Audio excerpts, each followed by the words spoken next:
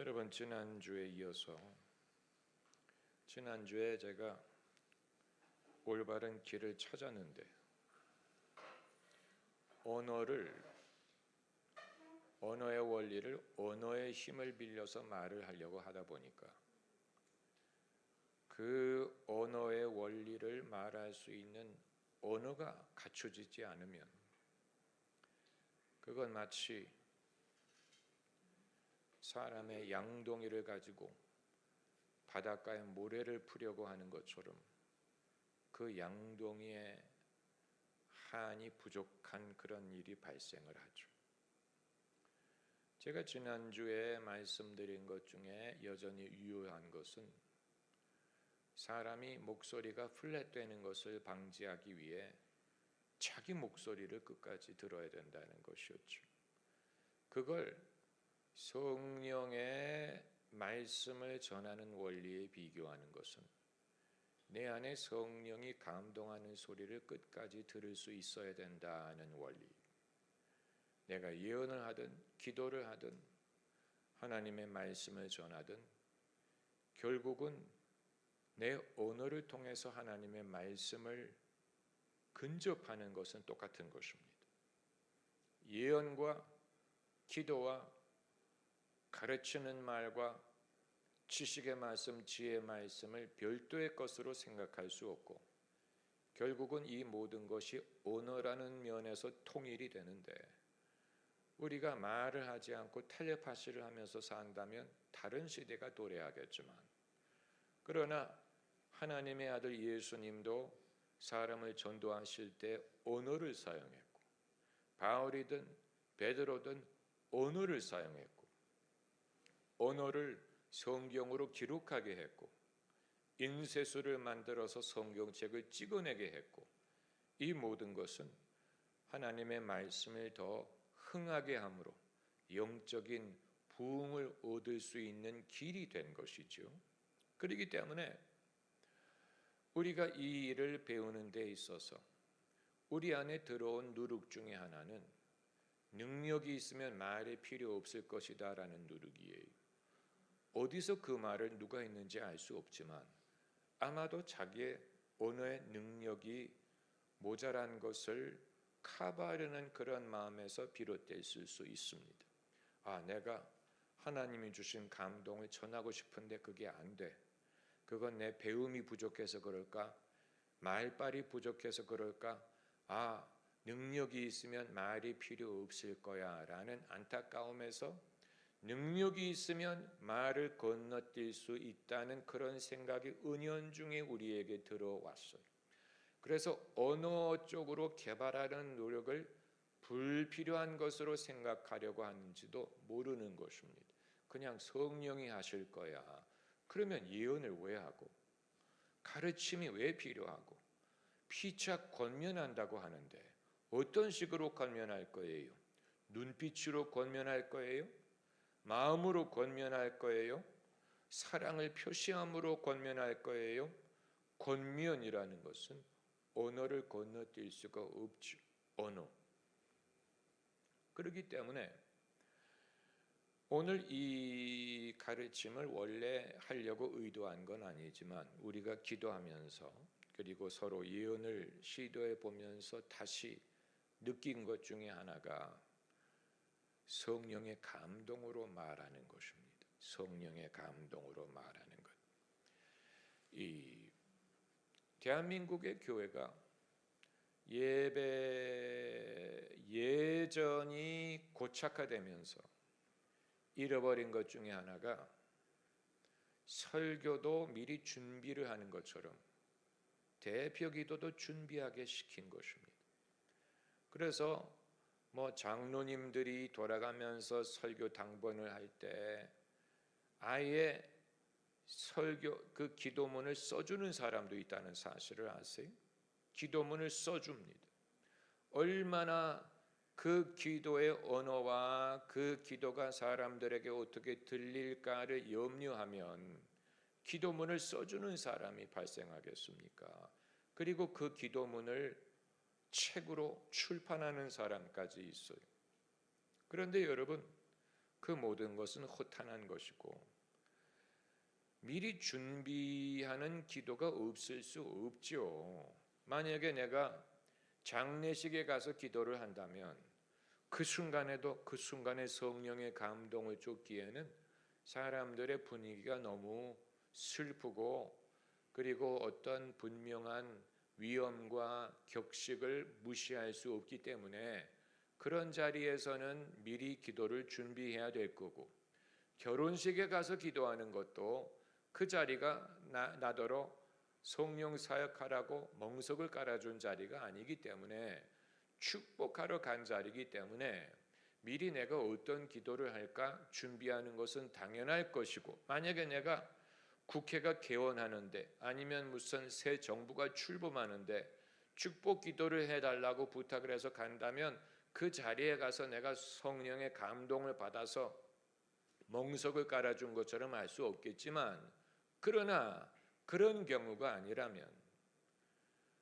사람이 기도를 하든 예언을 하든 가르치는 말을 하든 권면을 하든 그 모든 순간에 성령의 감동을 쫓아 하는 것이 정석이에요.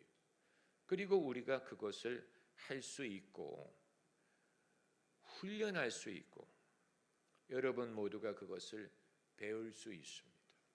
그러기 위해서는 여러분에게 경험도 필요하지만 영성이 필요하고 믿음이 필요해요. 내가 미리 염려하지 않고 그 순간에 하나님이 감동하실 거야. 그 순간에 내게 기도의 언어를 주실 거야. 그 기도가 하나님이 기뻐하시고 듣는 사람에게 힘이 되는 기도라는 사실을 믿는 거예요. 그렇기 때문에 말을 많이 하려고 할 필요가 없고 길게 할 필요도 없고 잘할 필요도 없죠.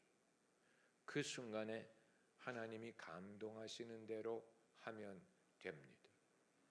그리고 어떤 그 용도를 위한 기도가 따로 있을 것이라고 생각하면 안 돼요. 예를 들어 식사기도. 우리는 이 전형적인 식사기도에 식상했잖아요. 얼마나 많이 들었어요. 하나님 오늘도 우리가 모이게 해주시고 풍족한 음식을 주셔서 감사합니다. 뭐 아프리카에 가면 이런 것도 없는데 뭐 세상에 굶는 그건 자기가 평소에 갖고 있는 죄의식을 말하는 거예요. 평소에 자기가 미안한 마음을 갖고 있다 보니까 풍성한 음식을 접할 때 나는 미안할 그런 뭔가를 하든가 자기가 뭔가를 해서 봉사를 해서 그 미안한 마음을 해결을 해야지 그걸 갖고 있다가 식사기도라고 할 때 하나님 우리는 이렇게 풍성한 음식을 먹는데 그건 올바른 기도가 아니에요. 우리가 이 음식을 먹고 힘을 얻어서 무슨 뭐 앞으로 아니 뭐 지금 이 시대는 적게 먹는 게 미덕인데 뭐 음식을 먹어서 힘을 먹는 거 지금 말하고 있습니까? 이런 식상한 기도를 하라고 기도를 하는 거라면 그냥 녹음을 틀어놓는 게 나아요. 기도문을 녹음을 해놓고 기도합시다 하고 녹음기를 틀면 되지. 정식, 공식, 모범, 식사기도문.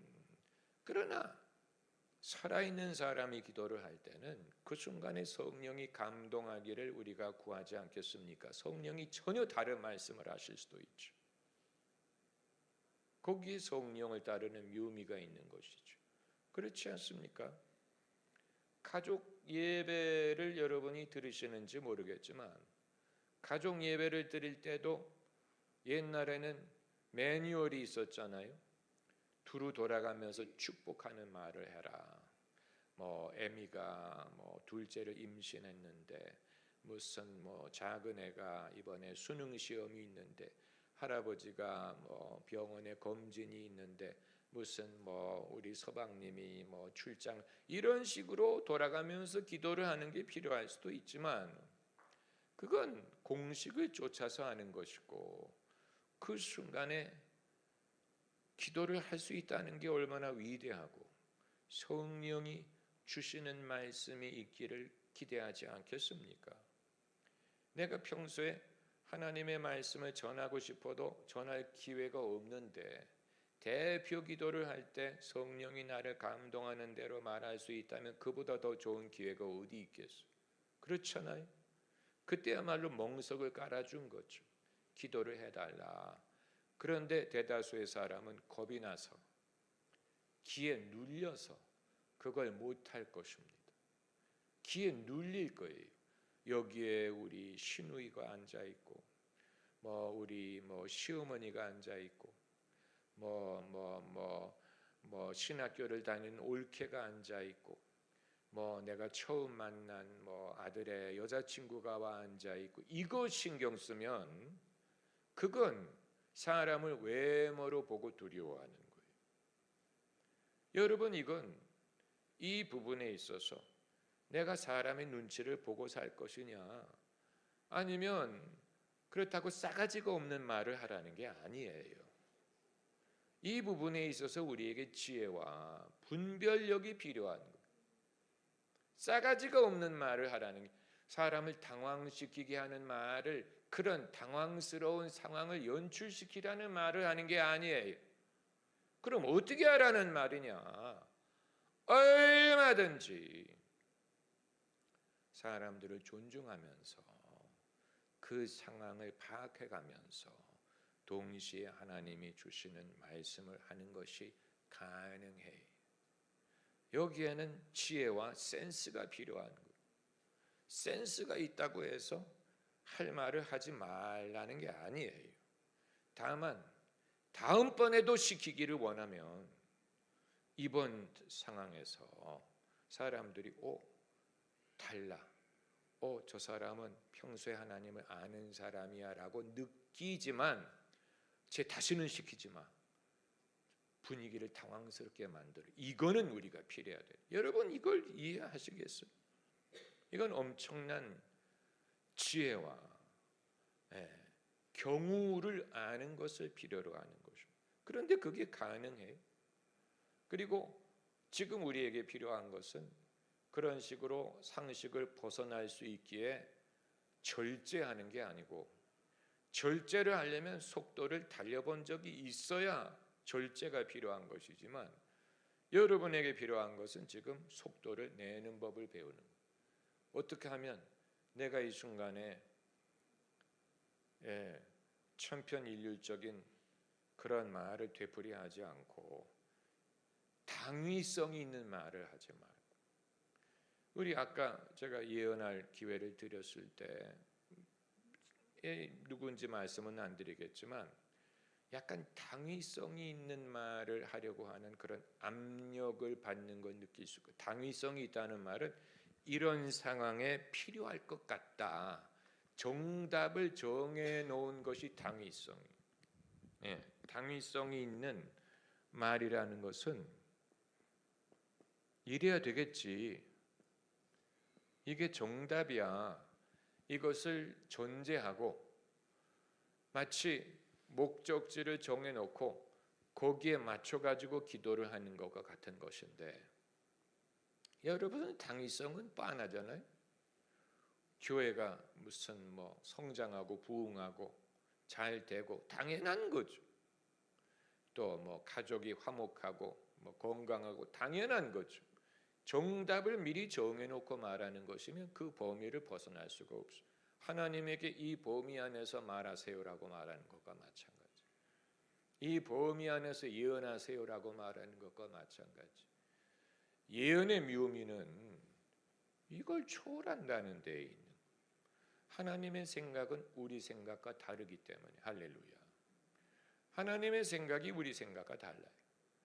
하늘이 땅에서 높은 것 같이 내 생각은 너의 생각보다 높다. 그래서 내가 하는 말이 이게 내게서 온 게 아니고 하나님에게서 왔다는 것을 어떻게 알 수 있습니까? 이건 우리 생각과 달라, 저 사람의 평소의 말과 달라, 그걸 보고 이건 그 사람에게서 비롯됐을 수 없다라고 판단하는 거예요. 이건 우리 평소의 생각과 다르기 때문에, 하나님의 생각은 너의 생각과 다르다. 그렇기 때문에 하나님에게서 온 말이라면 우리가 평소에 하는 말과 달라요. 그걸 보고 알 수 있는. 그러나 대다수의 교회에서 하는 대표기도, 대다수의 교회에서 이루어지는 영성이 보면 당위성 범위 안에서 하는 것이 99.9%예요. 그걸 사람들이 벗어나는 것을 상당히 주저해요. 능력이 없어서 그런 건 아니고. 왜냐하면 대한민국처럼 하나님이 은혜를 많이 주신 나라가 없기 때문에 가능성이 없어서 그걸 못하는 게 아니고 두려움과 당위성에 매여 있기 때문에 그런 것입니다. 이게 종교적이야. 이게 경건한 거야. 이게 정답이야. 이게 점잖은 거야. 다들 이렇게 해. 이 범위를 벗어나면 안 돼. 이것이 무슨 말인지 알겠죠. 이게 교회의 당연한 모습이야. 그 당위성이라는 담을 쳐놓고 그렇기 때문에 다 졸리는 거예요. 다 졸린 기도 시간에 다 잠을 자는 이유가 그거예요. 대표교회 제가 과거에 담임 목사로서 대표기도를 시키면 예배 순서가 빤하잖아요. 처음에 일어나서 첫 찬송가 부르고 참회기도 드리고 그리고 앉아서 뭐 교동문하고 찬송가 하나 더 부르고 그 다음에 대표기도가 오잖아요. 저는 대표기도 이전 시간까지는 서서 있어요. 서서 예배를 인도해야 되기 때문에 대표기도를 할 때 제 자리에 가서 앉아요. 그리고 그때부터 졸기 시작해. 제가 졸기 시작해. 왜냐하면 계속해서 앉아있는 순서거든. 대표기도 있지. 대표기도 끝난 다음에 성가대 후주 있지. 그 다음에 성경 봉독 있지. 그 다음에 성가대 있지. 한 6, 7분은 앉아있는 거예요. 그때부터 제가 졸기 시작하는 거예요. 그 내가 왜 졸까? 내가 졸리면 성도들은 얼마나 졸릴까? 내가 왜 졸까? 곰곰이 생각을 해봤더니 그 모든 순서가 매뉴얼 안에서 일어나는 일이에요. 심지어 성가대 찬양마저도 저거 들어본 적이 있는 많이 연습한 대로 한 거예요. 전부 다 매뉴얼 안에 있는 거예요. 매뉴얼로 들어가는 순간에 제 영이 작동을 멈추는 거예요. 왜냐하면 더 이상 감동이 안 생기니까. 그러면서 졸음이 오기 시작하는 거죠. 그래서 푸른잔디교회에 와서는 그 일체 순서를 다 뺐잖아요. 중창단만 빼고. 중창단까지 없앨 수는 없지. 왜냐하면 목사님이 다 해먹는다라고 할 거니까. 목사님이 다 해먹어 처음부터 끝까지. 우리에게도 좀 기회를 줘요. 이럴 것 같아가지고 중창단의 순서를 그 중간에 넣을 수밖에. 그래야 주일 예배 같은 모양이 갖춰지니까. 그러나 사실은 하나님이 명해서 한 건 아니에요. 그건 예배의 구색을 갖추기 위한 최소한의 필요한 거예요. 조건이. 그것마저 없으면 수요 예배나 아침 예배나 주일 예배나 다를 게 없으니까 좀 달라. 주일 예배는 좀 더 정성이 있고 좀 더 많은 사람이 참여해라는 모습을 안 보일 수가 없는 거예요. 만약에 성도들이 목사님 그런 거 전혀 염려하지 마세요라고 하면 없앨 거예요. 목사님 그런 거 구애받지 마세요. 오직 성령의 인도만 따르세요라고 말하면 그렇게 할 거예요. 그러나 주일 예배가 그래도 어느 정도 뭐 꽃꽂이라도 있든가 안내 요원이라도 있든가 주차 안내가 뭔가가 좀 정성이 있다는 모습을 보여줄 필요를 모든 교회가 느끼는 거죠. 그건 잔치를 벌이고 손님을 맞는 사람의 입장에서는 그렇게 생각할 수밖에 없는 거예요. 잔치를 벌어서 손님이 올 때는 아무래도 신경을 쓰고 집안 청소를 하고 단장을 하고 뭐 옷을 단정하게 입고 뭐 이게 있잖아요. 그렇잖아요. 이번에 에이펙 정상회담 할 때 그 전 세계에서 그 국가 정상이 오니까 우리나라가 얼마나 끔찍하게 준비를 합니까? 그렇잖아요.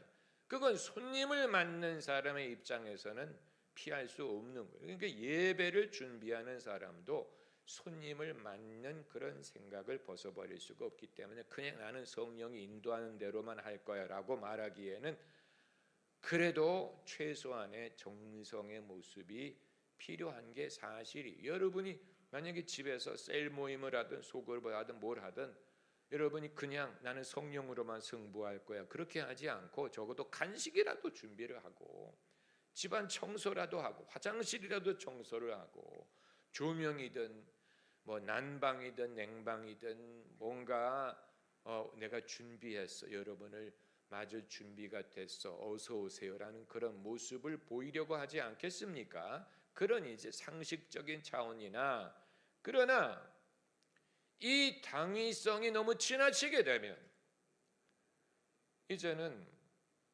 성령께서 하시는 일보다는 예측 가능하고 안전하고 그리고 미리 짜여 있는 정답을 예측할 수 있는 그런 범위 안에서 모든 것을 하게 되면 그때부터는 이제 성령에 할 수 있는 것은 굉장히 줄어드는 것이고 성령보다는 순서, 전통, 습관, 예전, 당위성 이런 것 위주의 사역을 하게 될 것입니다. 여러분 그게 무슨 말인지 알아들으시죠? 그 젊은이들의 사역을 하는 것으로 알려졌던 유명한 교회에 제가 한번 주일 예배를 간 적이 있는데 예배를 드리러 간 적이 있는 대학교 강당을 빌려서 드리는 예배였어요. 그런데 그 예배, 그 교회가 어떤 철학을 갖고 있는지를 그 예배당에 들어가서 성도들의 느낌을 보고도 어느 정도는 느낄 수 있었어요. 왜냐하면 그 성도들의 그 열심, 모이는 열심 그리고 뜨거움이 느껴졌고 그리고 예배 순서는 다른 교회와 다르지 않았는데 담임 목사님이 그날이 성령 강림 주일이라는 사실을 그날 아침에 알고 원래 준비했던 설교관이 다른 설교를 하는 것을 보고 저분이 성령을 쫓는 것을 우선시하는구나 하는 것을 느낄 수 있었어요. 왜냐하면 만약에 그런 의사가 없는 사람은 내가 미리 설교 준비했는데 그대로 해야지 하나님이 주신 건데 그대로 하려고 고수했을 텐데 그분이 오늘이 성령 강림 주일이구나 라고 그날 아침에 설교를 성령에 대한 설교로 바꾸는 것을 제가 보고 저분이 성령을 쫓으려는 강한 의지가 있구나 하는 것을 그런 걸 통해서 발견하는 거예요. 그러니까 미리 다 정해놓고 미리 다 완벽하게 준비를 하고 그러면 편하죠. 왜냐하면 마지막 순간에 뭐 할 일이 없으니까 그냥 이대로 흘러가면 되죠. 그러나 만약에 성령에게 우선순위를 드린다면 내가 끝까지 깨어 있어야 돼. 그리고 대기해야 돼. 언제 하나님이 다른 식으로 이걸 말해라, 저 노래를 불러라, 저 사람에게 뭐를 시켜라, 이런 식으로 예배를 끌어가라, 이 사람을 위해 기도하라. 하나님이 어떤 지시를 하실지 모르고 이건 하나님이 정하실 부분입니다. 할렐루야. 우리의 할 일은 쫓아가고 순종하는 것뿐이에요. 그리고 순종한다고 내가 무슨 점수를 받으려고 하는 게 아니고 하나님 나 예쁘죠? 나 순종 잘하죠? 이거를 확인받으려고 하는 게 아니고 당신이 뜻하신 바를 이룰 수 있다는 것이 상급이에요. 주님이 원하는 일을 하신다. 그게 우리의 기쁨입니다. 할렐루야. 그걸 하기 위해서 우리가 섬기는 거예요. 그걸 우리가 바라는 것이고 그리고 하나님이 원하는 일을 하실 때 우리가 가장 은혜를 받아요. 그게 생명이 돼요. 하나님이 은혜를 주셨다. 감사하다. 이게 원래 내가 준비한 것보다 10배는 더 은혜롭다. 더 좋다. 할렐루야. 여러분 이건 사람마다 이 시험 준비를 하는 것처럼 여러분 시험 문제가 공부하지 않은 문제가 나오면 싫잖아요. 우리나라의 수능 시험이 교과 범위 안에서 해라. 그게 이제 학부형들이 요구하는 거고 그러나 변별력을 갖추기 위해서는 그 공부범이 밖에서 해서 이 아이가 얼마만큼 문제 해결 능력이 있는가를 변별력을 보려고 하는 것 아닙니까? 그래서 교과 과정이 없는 문제가 한두 개 나온다고 하잖아요. 그리고 거기에서 이제 당락이 좌우된다고 하지 않습니까? 하나님이 하시는 일도 이런 면이 있어요. 만약에 당신이 하실 모든 일이 내가 미리 알고 준비한 범위 안에서 이루어진다면 염려할 게 없죠. 나는 완벽하게 준비된 거예요. 완벽하게 준비된 거예요. 시험 준비를 완벽하게 했을 때의 뿌듯함. 나는 이제 다 외울 거 외우고 검토도 하고 다 완벽하게 준비됐어라고 생각할 때 뿌듯함이 있겠죠. 그러나 하나님의 일은 뿌듯하라고 하는 게 아니고 당신의 이 일을 하기 위한 것이기 때문에 전혀 준비하지 않은 범위 안에서 하나님이 출제를 할 수가 있어요. 그런데 그걸 우리가 어떻게 따라갑니까? 하나님을 의지하고 순종하면 가능해. 할렐루야. 그게 이제 차이점이에요. 수능시험이 교과범위 밖에서 났을 때 그거를 맞추는 비결이 로다 자매님이 아실 것 같아요. 그걸 맞추는 비결이 뭐예요? 교과범위 밖에서 났을 때 그걸 맞추는 비결은 가해를 하는 거예요? 아니면 어떻게 그걸 맞춰요? 원리를 알아야죠. 그래서 원리를 알기 때문에 이 전혀 풀어보지 못한 문제라고 하더라도 그 원리를 적용하면 풀 수 있는 데서 변별력이 생기는 거예요. 신앙도 마찬가지. 그 믿음도 마찬가지라는. 이거 내가 준비했어. 나는 마지막 토시까지 무슨 말을 할지 정해놨어. 이게 아니고 하나님이 마지막 순간에 너 원고 닫어. 내가 할 말이 있어 라고 할 때 옳소이다. 아멘. 환영합니다. 웰컴 하시옵소서. 이렇게 하는 사람이 있고 내가 할 말이 없는데요. 어떻게? 그러면 사람들이 싫어할 거예요. 그럼 예배 시간이 늘어나요. 사람들이 시계를 보기 시작할 거예요. 이런 별의별 인간의 염려를 하게 되면 그러면 또 성령 쫓는다며 하나님 위주로 섬긴다며 그건 어디로 간 거야? 그 원리를 아시겠죠. 그래서 성경 한 구절을 찾아보는데 유다서를 찾아보세요. 유다서는 구약 성경에 있습니다.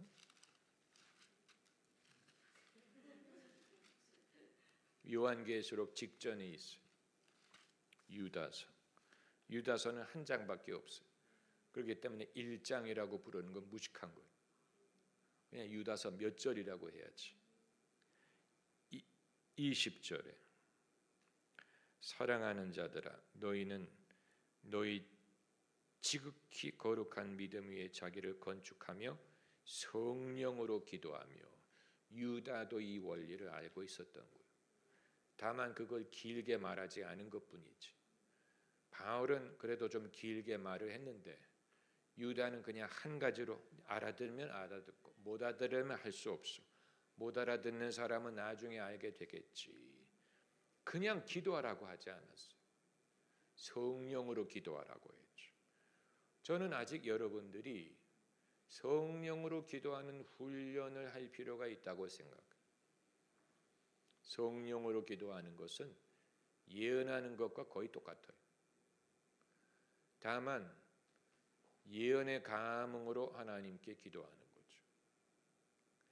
그렇기 때문에 제가 왜 소리를 내서 기도하라고 말씀을 드리느냐. 여러분은 혼자 기도할 때 묵상으로 기도하세요? 소리를 내세요? 대답하지 마세요.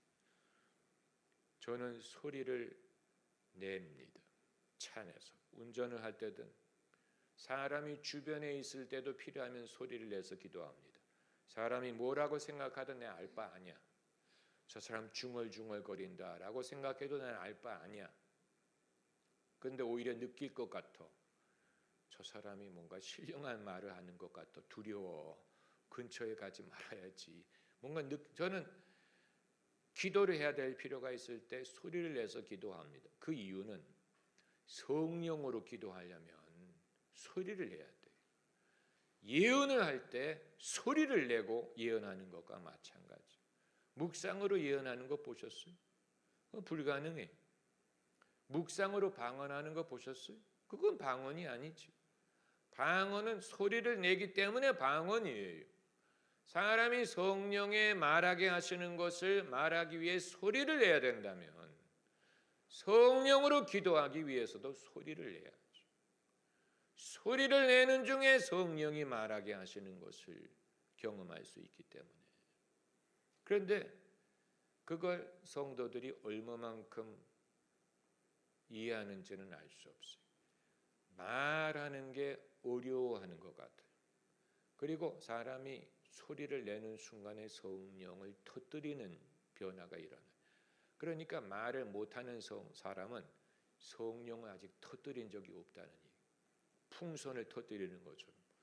물풍선을 터뜨리면 그 물이 쫙 퍼지잖아요. 우리 안에 계신 성령을 터뜨리는 것도 그와 같아요. 바늘로 풍선을 딱 누르는 것처럼 내가 말을 하기 시작하는 순간에 내 안에 계신 성령이 팍 터져요. 터져 나오는 식으로 처음 방언을 하는 사람이 그렇고 처음 예언을 하는 사람도 그렇고 사람이 성령으로 기도를 할 때 풍선이 팍 터지는 식으로 내가 전혀 생각하지 않던 말이 나옵니다.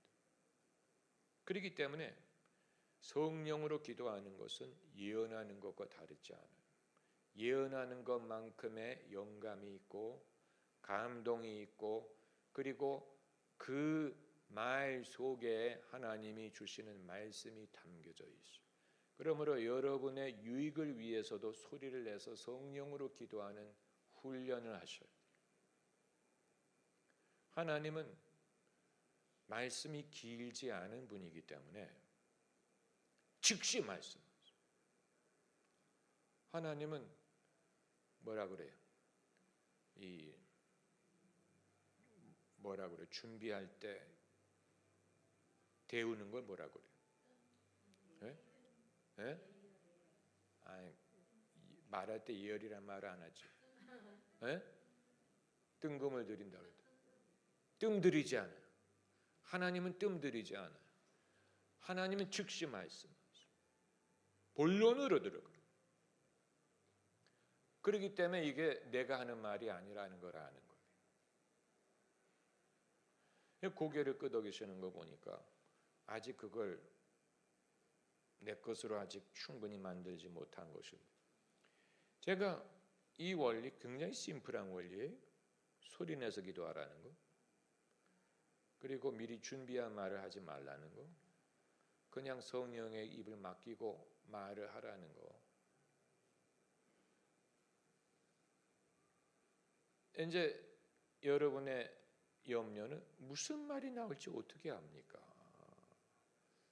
내 안에 별의별 게 있는데 무슨 말이 나올지 어떻게 합니까? 그건 여러분이 그걸 쏟아내 버릇해야 돼요.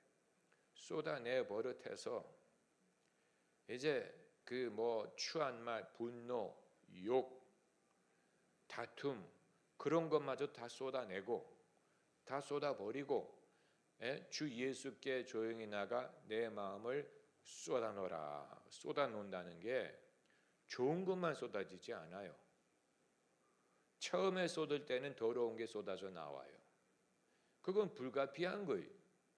하나님이 그거를 속되다고 여기시리라고 생각하지 말고 내가 하나님 앞에서 고람되어 하나님 내 안에 분노가 있고 내 안에 답답함이 있고 내 안에 염려 있는 것도 하나님 내가 쏟아놓겠습니다. 이러면서 그냥 쏟아내면 의외로 쏟아내는 훈련이 된 사람은 변기에 물이 내려가는 것처럼 한꺼번에 샥 내려갑니다. 변기가 1분, 2분에 걸려가지고 내려간다고 생각을 해보세요. 얼마나 끔찍해요. 변기가 일순간에 내려가네. 슉 내려가죠. 네. 여러분, 이건 여러분이 경험을 해보시오. 하나님과의 대화의 역사가 있어요. 내가 하나님과 오랫동안 대화했어. 나는 하나님과 수시로 대화해. 나는 기쁠 때나 괴로울 때나 하나님과 대화를 멈추지 않아. 하나님은 내 음성을 아셔. 하나님은 내 사정을 아셔. 내가 기도의 경력을 이만큼 쌓아서 그거는 자랑하라는 게 아니고 대화의 양을 쌓아놓은 거예요. 그게 하나님과의 교류의 양이 되는 거예요. 내가 하나님과 그 쌓아놓은 대화의 양이 늘어갈수록 하나님과의 교류의 양이, 내가 마음속에 있는 건 다 말한 거예요. 내 사정을 하나님이 다 알아요. 그리고 하나님이 우리의 친구시라면 일방적으로 우리가 말하게 내버려 두지 않으신다. 그래서 성령으로 말할 때는 내가 말하는 것 같은데 사실은 하나님이 말하게 하시는 것이 있으므로 하나님의 음성이 들려요. 형제님이 그 훈련을 좀 더 하셨으면 좋겠고, 왜냐하면 약간 당위성 위주의 뭐 이렇게 돼야 되니, 교회가 이렇게 돼야 되니, 이렇게 되게 약간 그건 정답을 정해놓고, 그럼 정답을 정해놨으면 말할 필요도 없죠. 뭐 그거 하나님이 그랬어? 그래?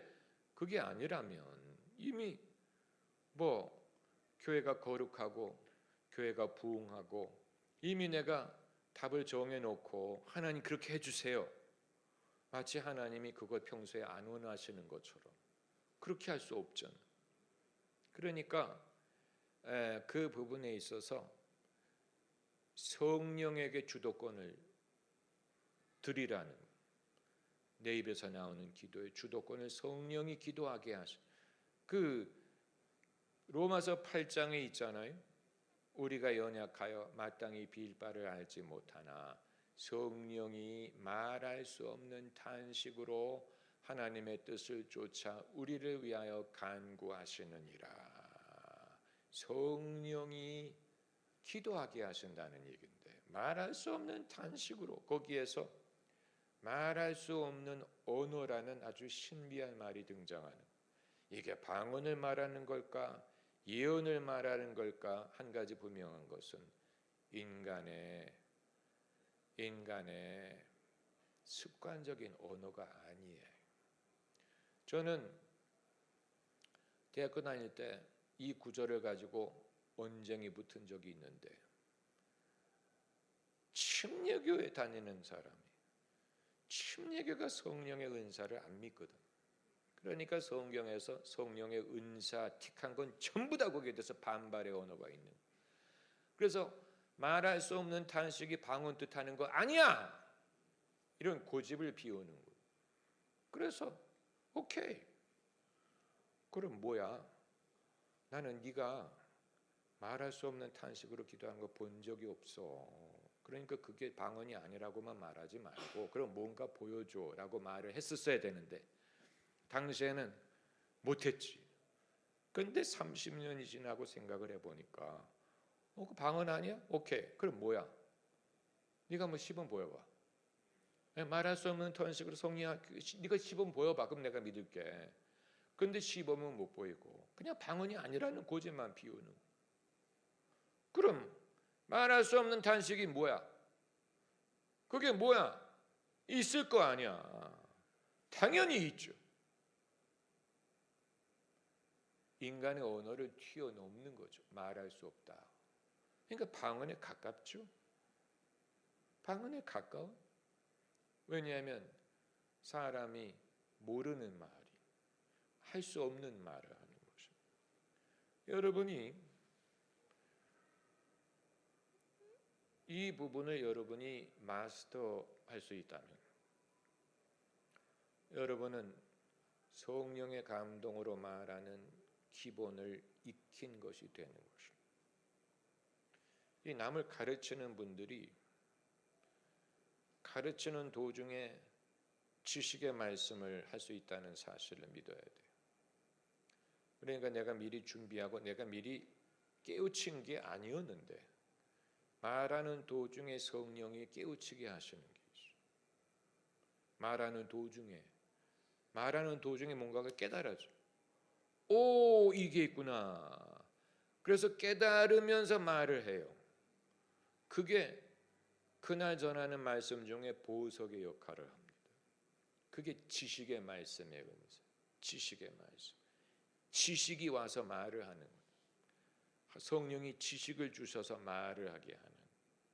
오늘 일부 설교에도 제가 미처 몰랐는데 설교하는 도중에 성령이 깨닫게 하신 게 있었어요. 그게 뭐냐면 바울이 배를 타고 가다가 무사할 것이다, 염려하지 말라라고 하나님이 그냥 행운을 말한 게 아니고 섭리를 말씀하셨다. 그거 설교하다가 깨달은 거예요. 그게 바로 내가 가이사 앞에 서야 되게 하리니, 네가 가이사 앞에 서야 될 사명이 있기 때문에 그 사명을 이루기 위하여 내가 너에게 이 함께하는 사람들을 준다. 그게 그냥 괜히 이들이 운이 좋았다는 말을 하는 게 아니고 이 섭리를 위해 하나님이 역사하신다. 하나님이 하시는 일은 우연한 게 아니다. 여기에는 하나님의 뜻을, 계획을 쫓아 하는 것이다 라는, 이게 그 안에 들어 있었던 거예요.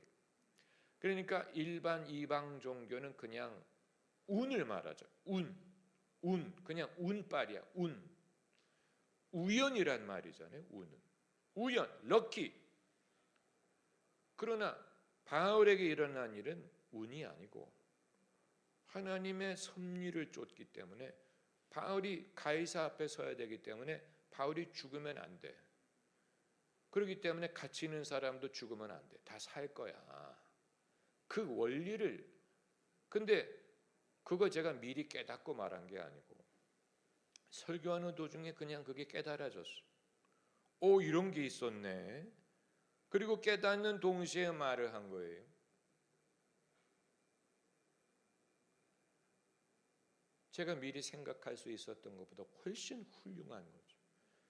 이 부분에서 이건 내게 온 게 아니고 하나님이 주신 거라는 것을 깨달을 수가 있는 거죠. 여러분, 그렇기 때문에 오늘 테이크어웨이 포인트는 성령으로 말하는 것.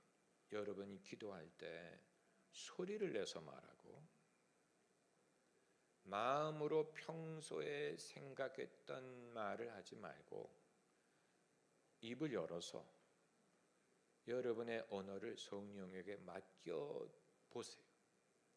그리고 어떤 기도를 하게 하시는지를 좀 제3자의 입장에서 들어보세요. 내가 말하는 거지만 내가 제3자의 입장에서 듣기도 해요. 오, 이런 기도가 오 제3자의 입장에서 내가 기도를 하는 건데 동시에 내가 제3자 오 그러면서 그걸 대표 기도할 때 한다고 생각을 해요. 아니면 사역을 할 때 한다고 생각을 해보세요. 나만 놀라는 게 아니고 사람들도 신기하게 여기죠. 오, 사람들이 오, 그건 다 마찬가지. 나만 오 하는 게 아니라 남들도 오. 예. 그게 믿음을 필요로. 수지자매 같은 경우에 그걸 사람들 있는 데서 하려면 굉장히 용감해야 되고, 왜냐하면 내가 남들 보는 앞에서, 남편 있는 앞에서 상상도 못하지. 근데 그 두려움을 극복하는 게 믿음이. 그냥 내가 영빨이 있냐 없냐 이걸로 가늠하면 안 되고, 내가 영빨이 없어서 이렇게 하면 안 되고, 내가 배짱이 없어서 못하는 거야. 그 부분에 있어서 내가 믿음이 개발되지 못하고, 내가 이걸 할 수 있다고 믿지 못하는 거야. 이걸 많이 해봐야 돼.